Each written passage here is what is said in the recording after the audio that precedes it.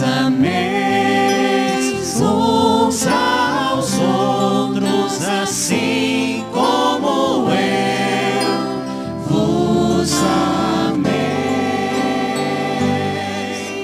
diz o Senhor. O Senhor esteja convosco.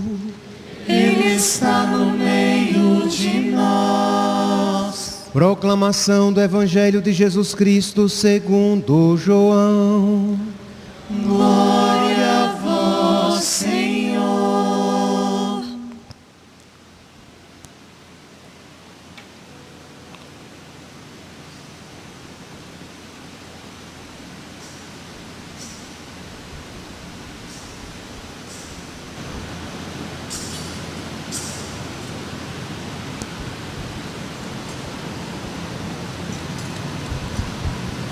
Antes da festa da Páscoa, Jesus sabia que tinha chegado a sua hora de passar deste mundo para o Pai.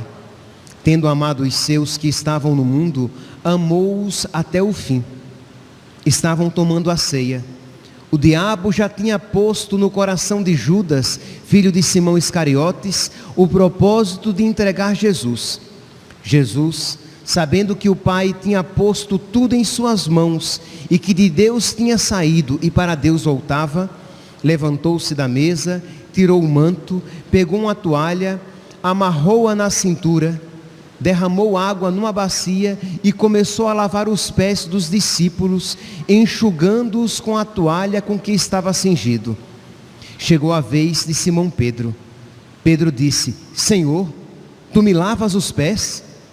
Respondeu Jesus: agora não entendes o que eu estou fazendo, mais tarde compreenderás.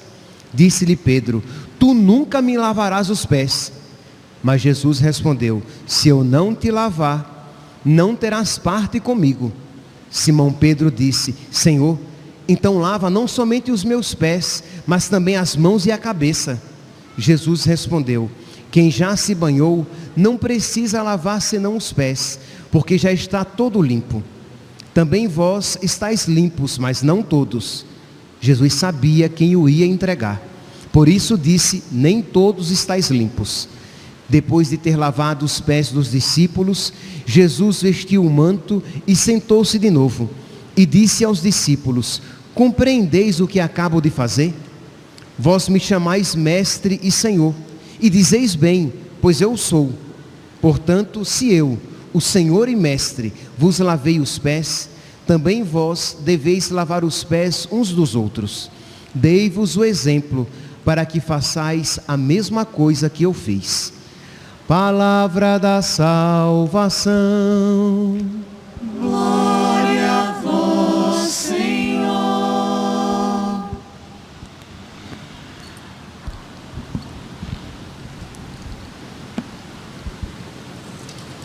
Caríssimos irmãos e irmãs, com esta celebração, nós damos início ao Tríduo Pascal, a essas 3 celebrações que têm como finalidade resplandecer, nos preparar para celebrar esse único mistério, o mistério da ressurreição de nosso Senhor. Pois bem, este tríduo então tem como primeiro dia este em que Jesus institui a Eucaristia. A Eucaristia, meus santos, nós poderíamos dizer, sem sombra de dúvidas, é o presente de despedida que nosso Senhor nos deixa. Ele sabe que vai partir, Ele sabe que Ele vai morrer por nós, então Ele deixa um presente para nós, para que nós dele não nos esqueçamos e para que ele de nós não permaneça distante. Veja aqui, meus santos, a beleza desse sacramento hoje instituído. Jesus vai partir. Jesus, de alguma maneira, ele vai nos deixar, porque ele vai partir para o Pai. Mas ele não quer que nós fiquemos sozinhos. E ele não quer que nós dele nos esqueçamos. De modo que todas as vezes que nós olhamos para a Eucaristia, nós devemos nos recordar do amor de Deus. Deus nos amou tanto, Jesus nos amou tanto, que quis se fazer coisa para estar perto de nós. Quis se fazer um alimento para morar dentro de nós, para nos alimentar dessa maneira tão especial. Meus irmãos, isso deve encher o nosso coração de gratidão, de alegria, de amor, de devoção. É por isso que nós católicos, nós temos tanto, e devemos ter cada vez mais, tanto amor à Eucaristia. É por isso que nós católicos, nós fazemos de tudo, e devemos fazer. Se formos católicos de fato, isso faremos. Faremos de tudo para participar ali da Eucaristia, para estar ali naquele mesmo local sagrado, celebrando aquele mesmo mistério que Jesus quis deixar para nós. Imagine, Jesus, não é que Jesus, de uma hora para outra, ele pensou, nossa, eu vou fazer o sacramento da Eucaristia para eles. Não, a Eucaristia é um sonho do coração de Deus. Deus sempre sonhou em instituir a Eucaristia. Ele mesmo fala aqui em Lucas, capítulo 22, versículo 15. Tenho desejado ardentemente comer convosco esta Páscoa antes de sofrer. Desejei ardentemente, não é apenas um desejo, mas é um desejo ardente, uma vontade ardente de comer essa Páscoa, isto é, de fazer esta ceia, de instituir a Eucaristia e deixá-la para nós. E é interessante como isso acontece, né? Quando Jesus vai escolher o lugar para a ceia, é algo já pensado. Ele diz assim, vocês podem depois pegar em Lucas, capítulo 22, no versículo 9. Os apóstolos perguntam, onde queres que preparemos a Páscoa? Jesus respondeu, ao entrardes na cidade, encontrareis um homem carregando uma bilha de água. Isto é como que Jesus estivesse vendo a cena. Algo querido, pensado, ele como Deus, sabia muito bem. Então ele vai dizendo, olha, você vai entrar na cidade, você vai encontrar um homem carregando uma bilha d'água, você vai segui-lo até a casa onde ele vai entrar. E você vai procurar o dono dessa casa onde ele entrou, e você vai dizer, o mestre pergunta, onde está a sala onde comerei a Páscoa com os meus discípulos? Imagine, tudo preparado. Isto foi uma ação da graça no coração daquele homem. Não é que Jesus tinha já acertado com aquele homem, já alugado aquela sala onde iria acontecer a Páscoa. Jesus, pela ação da graça, já preparou o coração daquele homem para que ele dispusesse, para que ele reservasse, para que ele desse uma sala para que ali fosse celebrada a Páscoa do Senhor. Lá onde nós comumente chamamos de cenáculo. Meus irmãos, a graça de Deus que vence todas as resistências. Vendo um relato desse, como nós não podemos pedir a Deus, Senhor, existe também no meu coração tantas relutâncias, com a tua graça, Senhor, vencei com a vossa graça, Senhor, vencei as relutâncias que existem em mim, para que eu sempre seja assim, para que eu sempre seja dócil, para que eu sempre faça a vossa vontade, da mesma maneira que esse homem docilmente aceitou ceder uma sala, um lugar na sua casa, para que ali Jesus celebrasse a Páscoa. Pois bem, Continua então o relato. Ele vos mostrará no andar superior uma grande sala mobiliada, e ali fazei os preparativos. Foram, pois, e acharam tudo como Jesus lhes dissera, e prepararam a Páscoa. Isso aí, eles chegaram àquele lugar, e era como que Jesus ali já tivesse estado, que estava tudo da mesma maneira como Jesus Cristo tinha falado.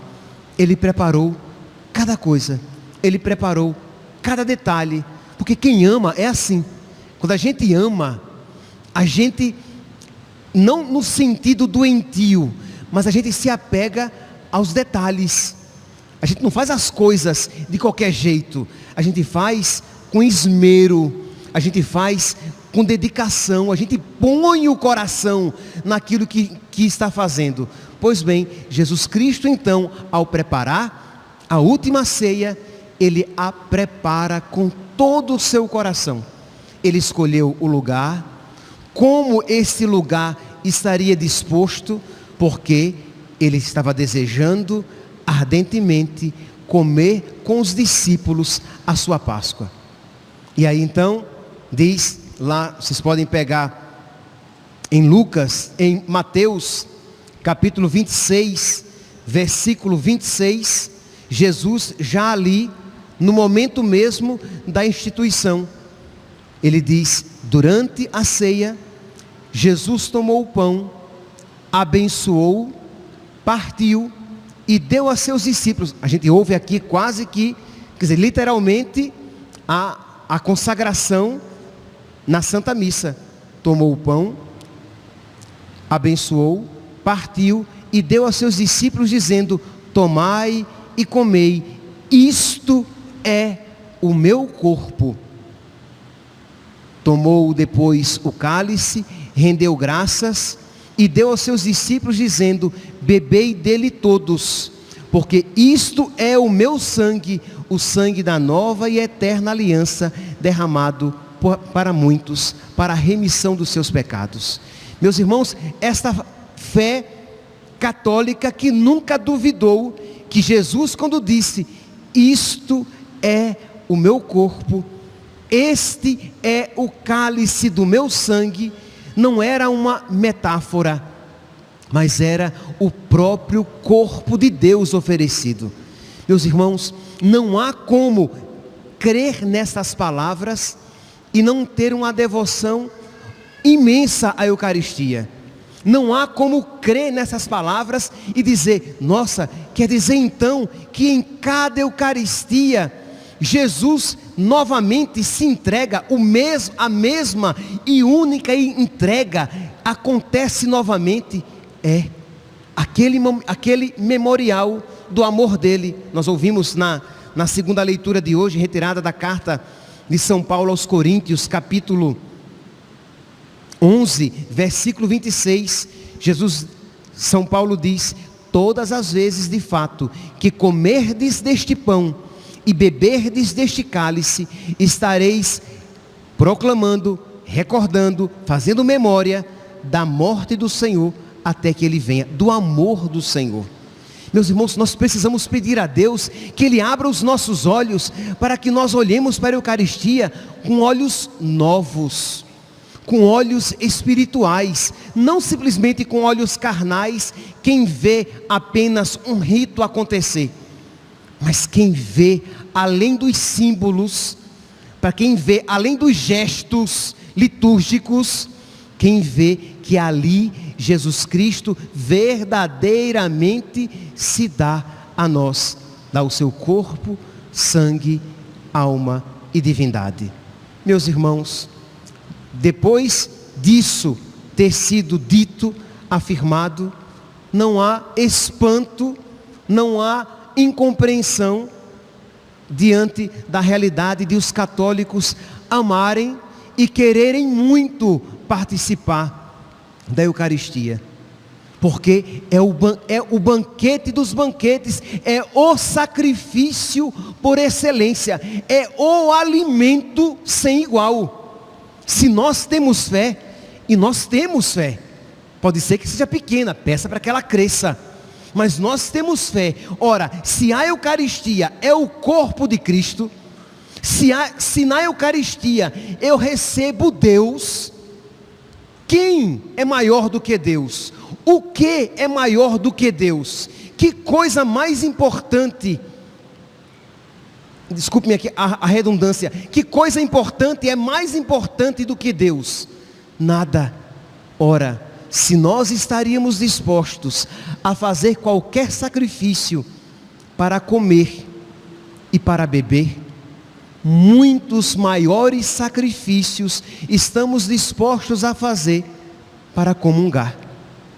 Se nós estaríamos dispostos a caminhar léguas e léguas para pegar água, né? Nós hoje em dia abrimos as torneiras e a água vem, mas quando eu era criança, nós cavávamos buraco, porque a água não chegava à casa.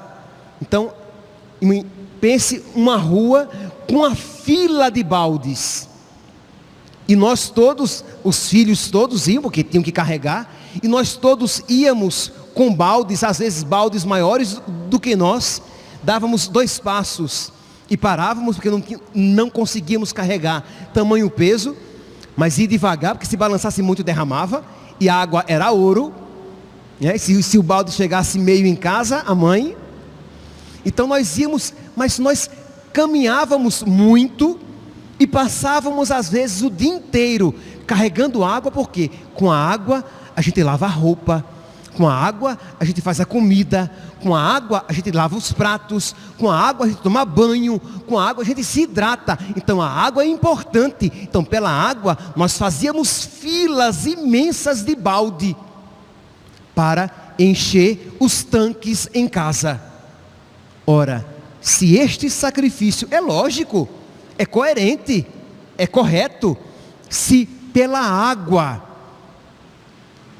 que apenas sacia a sede e daqui a pouco ela volta novamente, se pela água nós estamos dispostos a fazer um sacrifício assim, quanto mais pelo corpo e o sangue de Cristo. Então, meus santos, nós precisamos pedir a Deus: Senhor, reaviva a minha fé, Senhor, ilumina os meus olhos, para que eu creia cada vez mais, e para que eu saiba de que eu sou carente, de que eu necessito de Jesus, de que eu necessito da Eucaristia. É triste quando os católicos não têm essa consciência de que mais do que água e pão, do Senhor temos necessidade.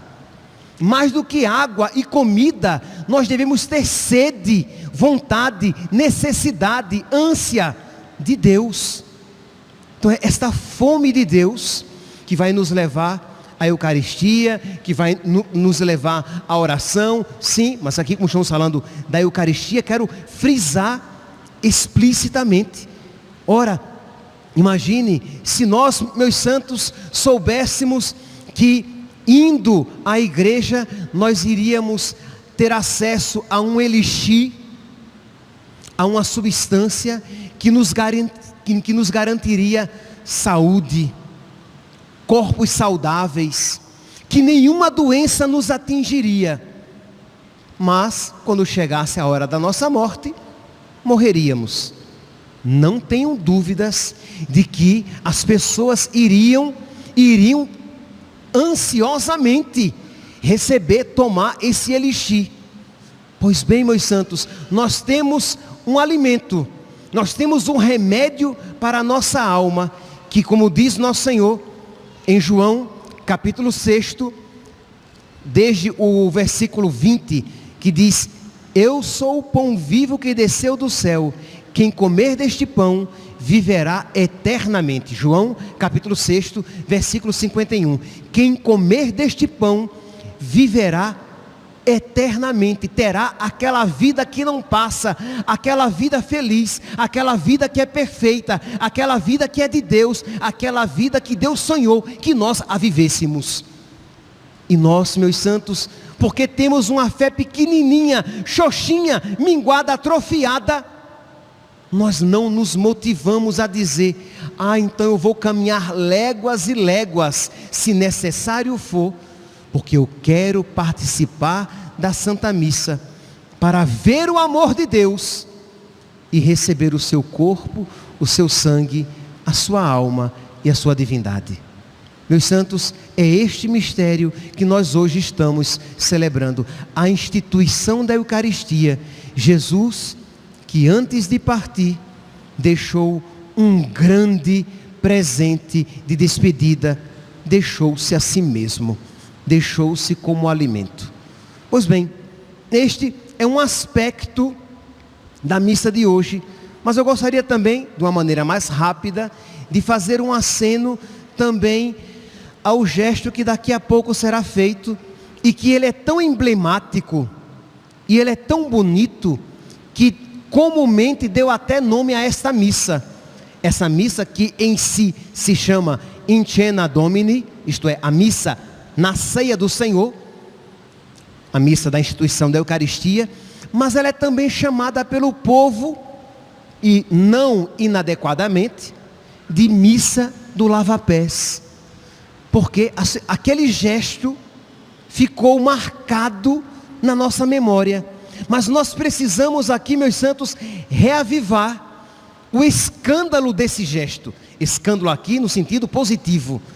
Isto é, imagine Deus que se ajoelha aos pés de uma criatura para lavar-lhe os pés. É algo impensável. Nós não estamos falando de um rei que tira o seu manto e que se ajoelha aos pés de um servo. Não. Nós não estamos falando de um presidente que vai lavar os pés e as feridas de um mendigo. Não.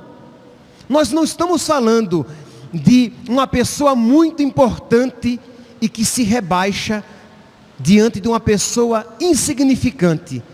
Não. Nós estamos falando de Deus, a segunda pessoa da Santíssima Trindade, o Verbo feito carne, que se ajoelha diante de nós para lavar as nossas sujeiras. Diz aqui o Evangelho de hoje, São João, ele diz quase que passo por passo, é uma testemunha ocular. Diz, versículo 2: estavam tomando a ceia, e o diabo tinha posto no coração de Judas o propósito de entregar Jesus. Jesus, sabendo que o Pai tinha colocado tudo em suas mãos, e que de Deus tinha saído e para Deus voltava, levantou-se da mesa, tirou o manto, pegou uma toalha, amarrou-a na cintura e derramou água na bacia.